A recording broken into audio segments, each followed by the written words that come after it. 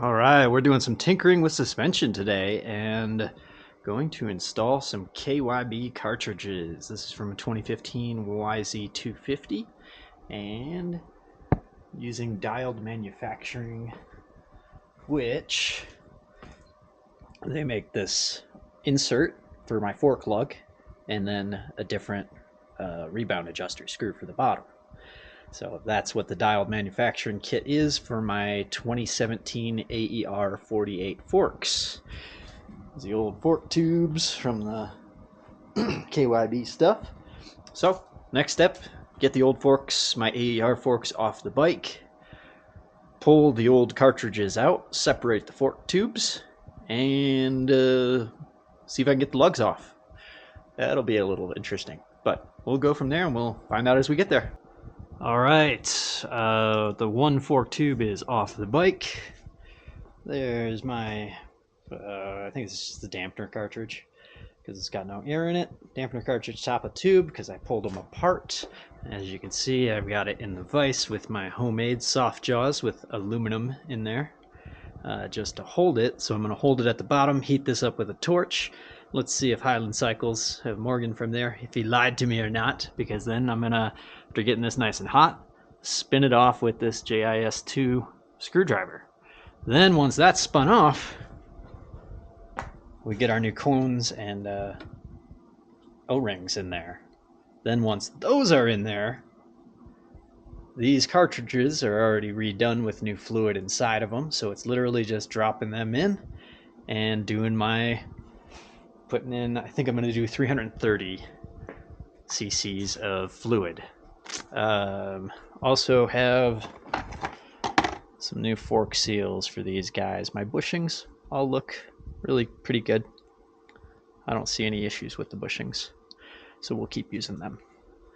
But yeah, I'm actually out of MAP gas, and I'm not going to use butane for this because it's probably going to take way too long, but I'm out of MAP gas. Got to run up to the store, get MAP gas. Heat this up, twist it off. Hopefully it comes right out like expected. Oh man, and success! So there's my fork tube. Threads on the bottom, which I'll clean off before putting back on. And there's that. So I'll link to the video, but heat it up with a MAP torch right around the fork lug. Screwdriver right through these holes. And you don't need a ton of pressure to do this. Like, it kind of just starts coming out itself. All right, so, ooh, that's hot. So there's my old bottoming cone, and I'm gonna put my new ones in there. Let's get this out, clean it up, and I'm gonna clean up all my threads too before getting all my parts together to put them back together. Woo! Now we're cooking with MAP gas. So here is my fork lug. It's purely just the lug. And then this is the old AER insert. And then the old O-ring. This thing was this was actually the hardest part to get out, is getting this thing out of there, because it's held in really good with this O-ring. So I have new O-ring, new bottoming cup. So grease up my O-ring, put in my bottoming cup, Loctite my threads, and put this tube back on here. And then we keep rolling. And bada boom, I got my new fork adapter in there. Probably, no, you can't see down. But from the bottom side, it's a different look down there now. And now this adjuster works. Actually, I think I read on his website that the WP adjuster will actually work in here. But tube is done. So now let's get my seals back on, put my tubes back together, and drop in some new cartridges. Woo woo! All right, new SKF fork seals on. Bushings are the same ones as before because they looked fine. Fork leg redone with new insert. So at this point, I should be able to put my spring in, then put that cartridge in, put the top on, push it through the bottom, get the bottom nut bolt on, and fill it up. And I'm going to do, I think, 330 cc's of oil. And just start from there and kind of see. Woo! Almost done with one leg.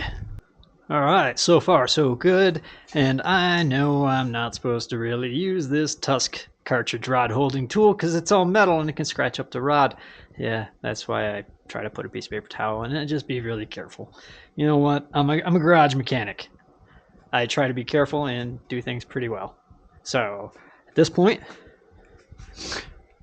this new rebound adjuster bolt should go right on there, and it's got a little rebound thing in there to move that up and down. We'll get this tightened on, tighten this lock nut up against it, and tighten it on the fork. Fill up with oil, and I should be good to go with this leg. All right, well, let's get to wrenching. Oh, heck yeah. So, bottom's all tightened up. Top, we're tightened, we're filled with oil. And we now have KYB cartridges in my WP AER fork tubes. That's pretty friggin' slick. Pretty slick. Now I just gotta like ride them.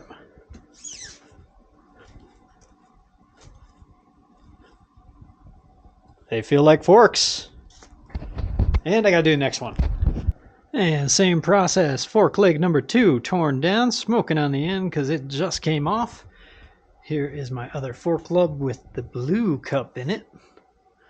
So, clean off these threads on both sides. It got really gunky in there after 7 or 8 years. These I'm sure have never been off before, but yeah, that's what fork lugs look like after years of use. It's nasty.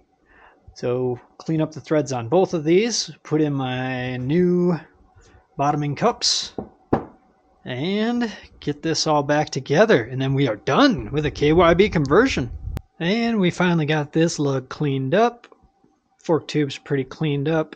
Here's the blue puck that's in the bottom.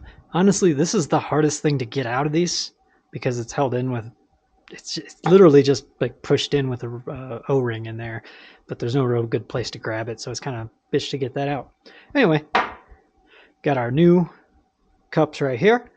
That's going to go in there after I lube up that O-ring and put it around. There's a ridge around the bottom there. You can kind of see it. Get these back on the same as before. Put it all back together. And bada bing, bada boom. We're rolling. Hopefully riding soon. And done. We got, oh, I should have that bleed hole down at the bottom so I can get to it easier or something. Anyway, got the forks up in here. They're mounted, they're filled, their seals are looking good.